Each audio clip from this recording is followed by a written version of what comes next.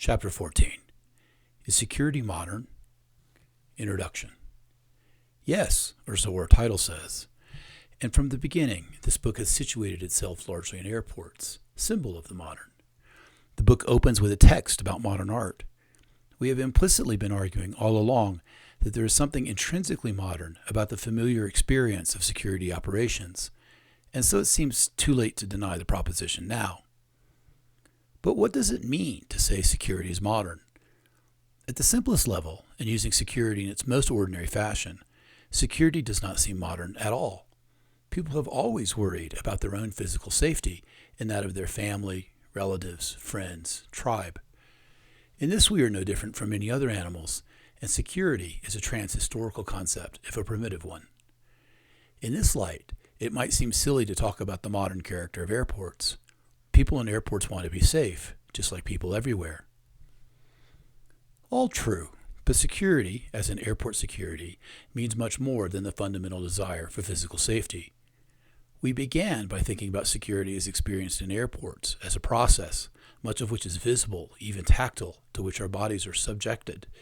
Security, in this case, is not least a relatively new sort of construction, the armed border zone between landside and airside that one must go through in order to travel. Moreover, the imposition of security procedures is done not just to us, but for us. Security is a social good provided by a bureaucratic state, which employs cadres of professionals with wildly varying competencies for the purpose. Security thus entails a notion of social space and a notion of authority that not only asserts dominion over the territory, but that also tends to, cares for, its inhabitants. Furthermore, in understanding terrorism as insult, we maintain that the state has not merely been attacked, it has been embarrassed, failed. Such thinking and political expectations presume a fairly strong state, both bureaucratic and legitimate, that is, modern in the Weberian sense. Less lawful parts of the world, where airport security cannot be presumed, are often called developing, that is, not quite there yet, and so a little pre-modern. And as also discussed, security in the contemporary sense, the Weberian imagination of the state, and even commercial air travel have all been around a while. Do such things still seem modern, or have they become merely ordinary? If these are distinctly modern things, they are so only vis-a-vis exotically undeveloped locales, or a past about which most of us have only read. And what about the extraordinary? While the expectation of security may seem modern, so too do the occasionally spectacular failures of security, attacks in places like Brussels and Tokyo, and the even more technologically sophisticated measures to forestall such attacks, from Chinese facial recognition to U.S. drones. To speak of the modern is quite difficult. The word is almost verboten in certain circles in the social sciences. Progressive is just fine. Because modern is associated with hierarchy, colonialism, claims to cultural superiority, incipient racism, and the like. That is, modern names a past, and to embrace or even designate this or that as modern is to validate past suffering. Shifting discourses, more problems arise. In philosophy, or philosophy of science, one often uses modern to indicate the break from medieval patterns of thought. On consideration, the moment at which such a break occurs disconcertingly moves about over several centuries. In art, in contrast, the late medieval discovery of linear perspective as the dominant mode of pictorial representation in Western high art is taken to bracket an era that ended in the late 19th century with the beginning of the modern. It is this modern that our opening quote from Gertrude Stein addressed, the modern in New York's Museum of Modern Art, MoMA. But that was over 100 years ago now, well before we were born, and at about the same time that Weber was speaking of the modern state in ways that seemed quite old-fashioned, given World War II and the rise of integral Europe, not to mention globalization. For a while, it was fashionable to speak of postmodernity, first as a rebellion against the modern architecture represented by the Bauhaus and its influence on what came to be called the international style, especially skyscrapers, which are indeed modern, no? But something seemed to have shifted in the culture more generally. The inevitable citation is to Lyotard's postmodern condition, with its useful but somewhat implausible characterization of the contemporary, the late 1970s, as a widespread suspicion of meta-narratives. Evidently, an era of especially skeptical and creative thought dawned back then, and is still struggling to name itself. Joking aside, such understandings of security in modern are rather too objective, static, and simple-minded. Neither security nor modernity are things. Modern, or what comes to the same thing, logically, the ancients, reappear throughout history, presumably for as long as there has been a sense of history at all. Maybe that is what it means to have a sense of history. From this perspective, modern names the subjective experience of the new. We now see, we did not until just recently, maybe until this very moment, that whatever. Whatever is named on this or that instance is not the point. No principle unites the things called modern. What is shared is the perception of having appeared and therefore marking a rupture in time. That is, modern essentially names a temporal relation that is often also taken to be the name of a thing, much like the South or the Orient names both a spatial relation and a region. And if one knows the context, such relational names can work well enough, hence modern art, until they run into difficulties, as all these names have for different reasons. But the experience of the modern, the shock or sometimes just bewilderment of the new, remains available, as anyone who has lived through the last few years should have no trouble recognizing. In what follows, we discuss the modernity of security vis-a-vis three very different meanings of modern.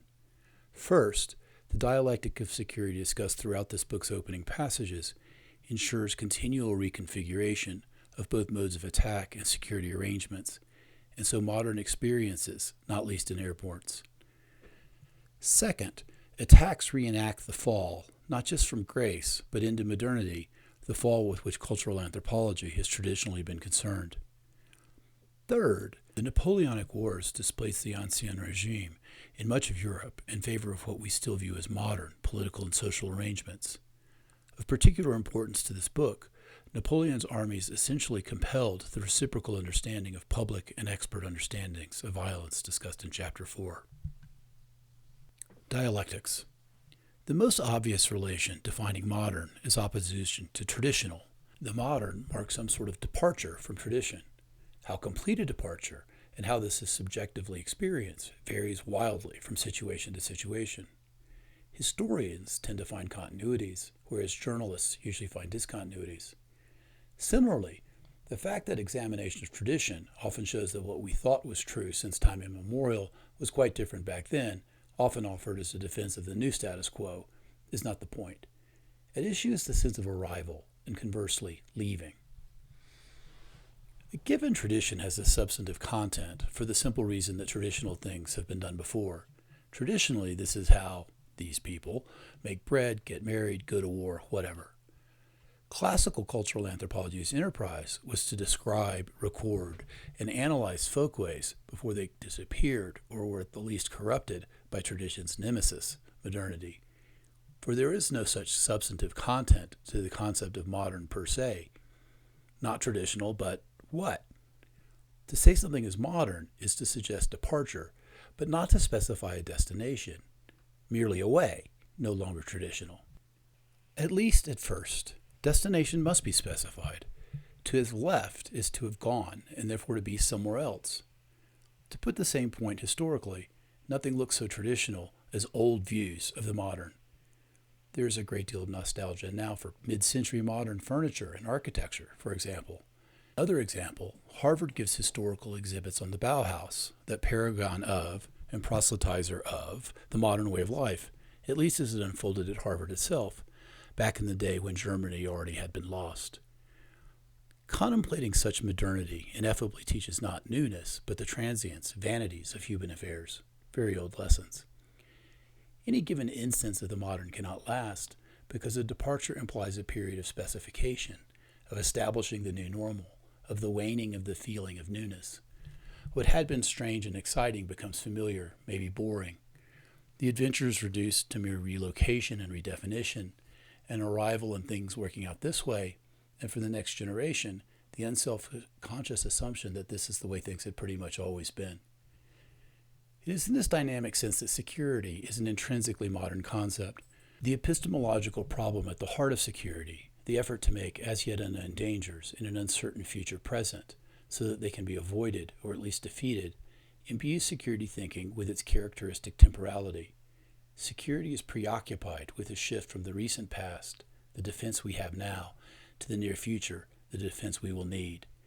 Rephrased, the horizon of fear introduced in Chapter 2 entails a dystopian version of modernity.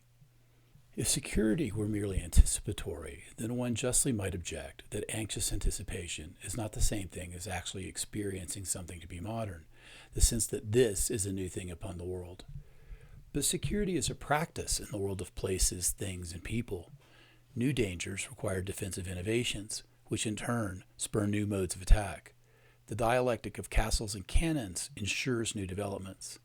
Hijacking planes leads to securing planes leads to landside attacks, for easy example. At each stage, one experiences the new. Not all that long ago, as history goes, there was no airport security at all, and now we have fingerprint databases facilitating global entry. We are cleared by scans that see inside our eyes. The sensation of the modern is experienced regularly because security requires renewal, so that even as new norms are established, new threats emerge and new countermeasures are taken. Old folks like us might experience metal detectors in schools and virtually all public buildings as offensively modern and affront. For today's students, however, being scanned for weapons is ordinary and indeed normal, that is, a behavior that reflects and reinscribes a norm. In contrast, the fact that we teach kids how to stop their classmates from bleeding out is, at least for now, modern. At this juncture, somebody usually defends the contemporary dispensation by pointing out past injustices, somewhat distractingly and intensely conservatively. But the point here is not to valorize the past. It is to remark the current experience of the new and different, which can only be experienced as such vis-a-vis a past that is no more. In short, while concern for physical safety is not historical, is in fact ultra-human, the effort to provide security incessantly presents humans with the sensation of the modern, of history. After the Fall, a murder mystery. Near midnight, February 28, 1986, after seeing a movie, Olof Palme, the Prime Minister of Sweden, and his wife Lisbeth were walking home together from a movie through the streets of Stockholm when, consider the story thus far, the controversial Prime Minister of a not insignificant country was walking through city streets at night, alone with his wife and without any form of protection. The story ends badly, of course, but the premise strains credulity. Palme was shot, once, in the back. He died. A second bullet hit Lisbeth without causing substantial harm. Sweden was transfixed. Tips poured in. Massive investigations were organized and reorganized. Chief inspectors were hired and dismissed, but all to no avail. Various suspects emerged, only to be let go. 30-odd years on, the case is said to be the largest unsolved murder file in the world. Books and movies abound. Reconstructing the killing and searching for Palme's killer has become something of a cultural phenomenon in Sweden. Palme represented much of what Americans and others think of when they think of Sweden, and what many people also think of as modern. He was socialist, atheist, and a philandering sexual enthusiast. At one point, his wife was a suspect. Sweden was officially neutral during the Cold War, and at least in public, Palme himself was a harsh critic of the United States, even though Sweden was in fact under the U.S. nuclear umbrella. Preaching is another cultural phenomenon in the land of the Peace Prize funded by dynamite sales. At the same time, much of Sweden, then and now, is quite otherwise. So, Palme's killing has been understood to say something about what Sweden means. At the very least, the killing marked a certain loss of innocence. Swedish politics in the city of Stockholm are still special, but demonstrably not special enough to be completely free of the violence found in politics and in other cities. On March 15, 2019, on the other side of the world, Brenton Tarrant attacked the Al Noor Mosque and then the Linwood Islamic Center in Christchurch, New Zealand. Tarrant is very much a contemporary marauding attacker of the white identitarian sort. He posted the Now de Rigueur manifesto with the usual complaints and references. Some of the text was cut and pasted from the Unabomber manifesto, without attribution. Tarrant also live-streamed much of his attack. 51 people died on the scene and in hospital. Tarrant himself was arrested a few miles away. Almost immediately, our interlocutors in the secret college sent around WhatsApp messages about the shooter's video, evaluating his tactical erudition and displaying their own. Once again, this world is all about tactics. The use of an ammo base was duly noted, But Tarrant didn't drop his weight when firing. He took a tight, linear path. No double taps, poor conservation of energy. On the other hand, the secret college gave Tarrant points for using a shotgun at the start of his attack. Still, his victims made it too easy. He encountered no real friction, and people herded together, as they often do, making them easy targets. Worst of all, this guy, less than 10 minutes in, was getting winded, tired. He quit. Nobody stopped him because he didn't have the cardio, and drove off to the Linwood Islamic Center where somebody would throw a credit card reader at him. Another rank amateur. Other people, unsurprisingly, responded differently. Americans of a certain class love to visit New Zealand and then rave about the country's beauty and something else. They struggle to say what is just so nice about the place, apart from the scenery, and one hears references to friendliness, small roads, civilities. It's like the 50s, and so forth. New Zealand is the last unspoiled place, evidently. New Zealanders often seem to have a similar sense of themselves. Prime Minister Jacinda Ardern quickly portrayed the story as an assault on New Zealand, which was attacked because of its virtues of kindness and inclusion, and to which New Zealand must respond as a nation with yet more virtue. She also got a gun control law passed and additional money for mental health care in New Zealand. And how else should she have responded? Ardern quickly became an international political celebrity. A racist, marauding shooter came as a shock to the ostentationally civilized self-image of New Zealand. Shooting Muslims in a mosque is not civil at all, not Kiwi. It was not enough to say that Tarrant was in fact an Aussie. He was in New Zealand. Nobody wants to claim to have been innocent, naive, childish, and nobody wants to claim, at least not publicly, their belief in their own moral superiority. In an essay that made it across the Pacific, a senior Kiwi journalist wrote that we aren't innocent, we have crime, racism, sexism. That is, claim sophistication and moral compromise by reciting the usual pieties, accompanied by the mea culpas on the part of all, and none. But then he went on to say, but we never thought it could happen here, could not be done to us, feels foreign, and so forth. That is, he protested the, now lost, innocence of New Zealand vis-a-vis this kind of violence, imported from Australia, the Irish, global white nationalism, a very contemporary sort of evil. Obviously, not every attack in every place is experienced as a loss of innocence. Many terrorist attacks change nothing much at all for those not immediately affected. But sometimes, as was said incessantly after 9/11, this changes everything. There's a sense of a fall, a sense that recalls anthropology's traditional concern with the natives lost to the modern. Consider Lévi-Strauss' Tres Tropiques. That is why it was sad. Margaret Mead's Lost Horizons, or Boas attempting to record Native American cultures before they were gone. All of this echoes Rousseau's suspicion that perhaps civilization was a mistake, Adam and Eve's expulsion from the garden, and the loss of virginity on which so much imagery trades.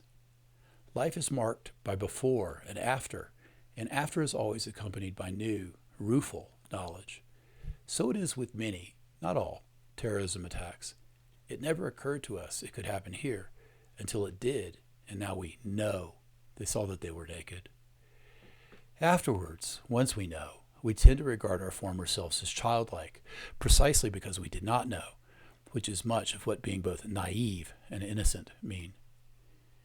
Not wanting to appear childlike, people like our Kiwi journalist may deny that their surprise indicates prior innocence, that they never held a sunny view of a sinless human nature, not even of their own nature, although at least they are not racist murderers.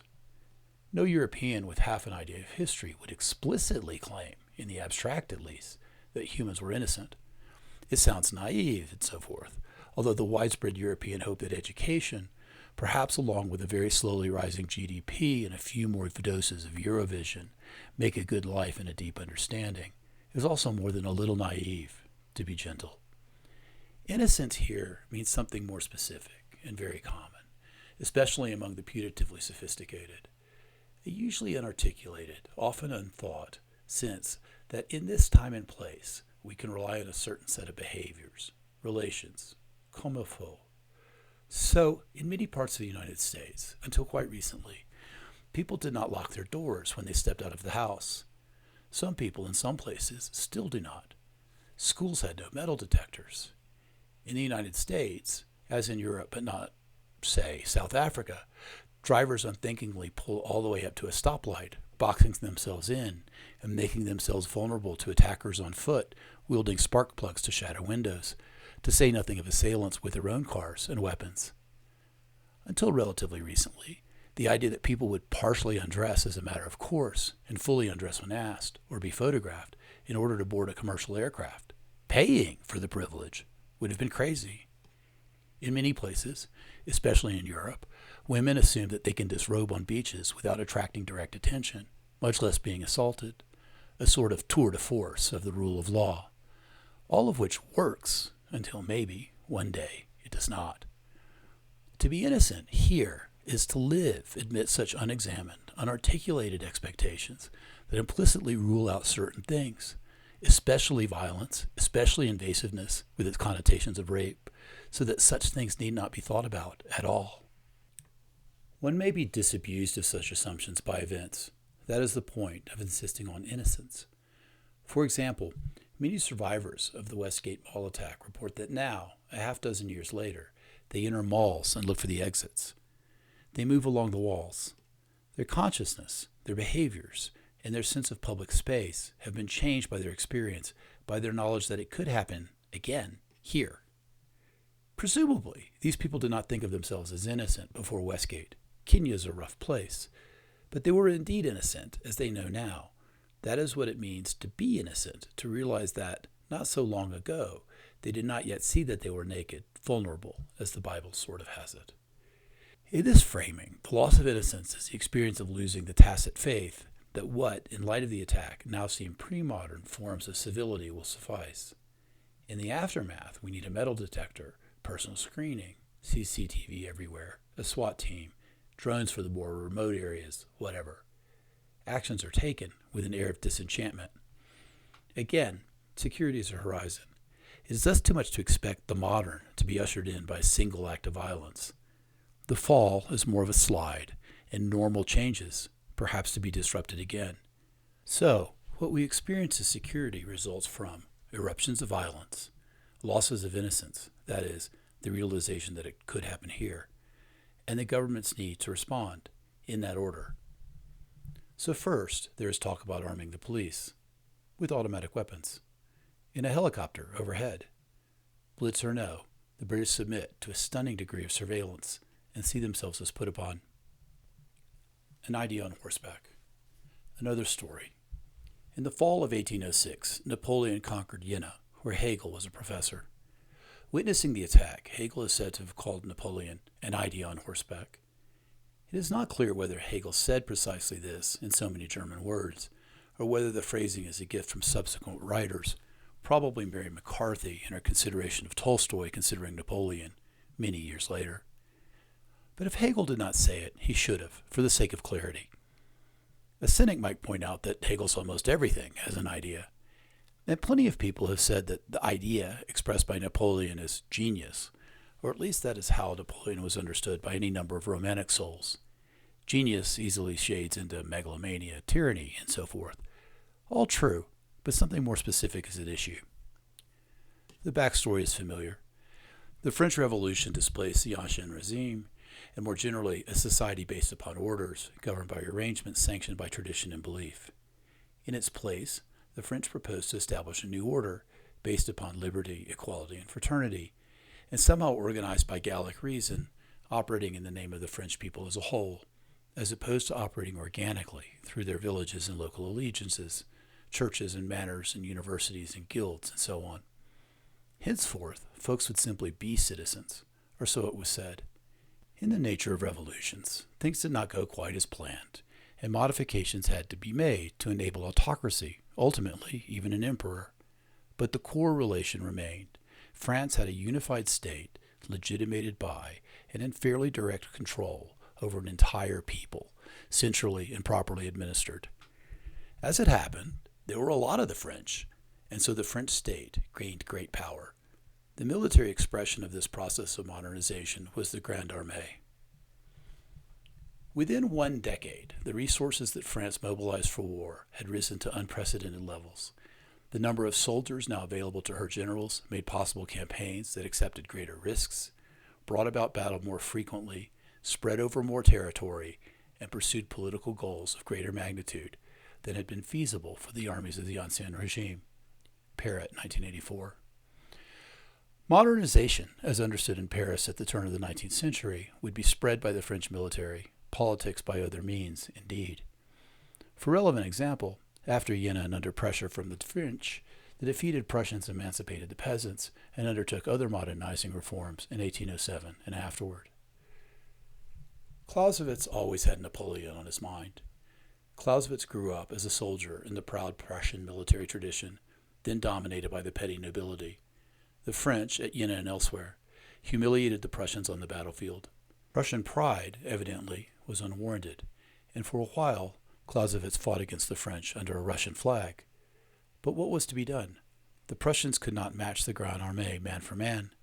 Prussia was, relative to France, a small country. German unification was still a few generations away. The answer was to modernize in a different way. Specifically, the military became a profession, open to commoners as well as nobles. Clausewitz took over the Allgemeine Kriegsschule, the General School of War. He wrote on war, not least an effort to turn fighting into an academic discipline.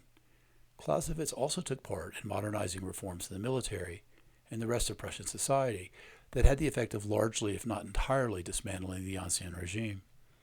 The Prussian General Staff, understood as an intensely professional body, became the model of military command for Germany and thence the world. War, and with its security, became a professional discourse, which we have called the secret college. Thus, if the creation of mass democracy was one way the modern emerged from the Ancien Regime, its complement was the creation of professional elites, bureaucracy. If Napoleon is emblematic of the one impulse, Clausewitz epitomizes the other. To be clear, this history is largely symbolic. One may certainly find continuities. The demos is an old idea. Medieval kings, indeed any potentate that wishes to exercise power at a distance, will need a Mandarin class to keep track of tax revenues, if nothing else. Neither people nor bureaucracy were entirely new ideas. Nor can the identification of the French with mass society and the Germans with professional expertise be rigorously sustained. Surely the French had bureaucratie and the Prussians a folk around 1800. One could go on to the effect that the story told here is not all that significant. Even if this story happened, more or less, how much of what we understand as modern Europe came about in this fashion?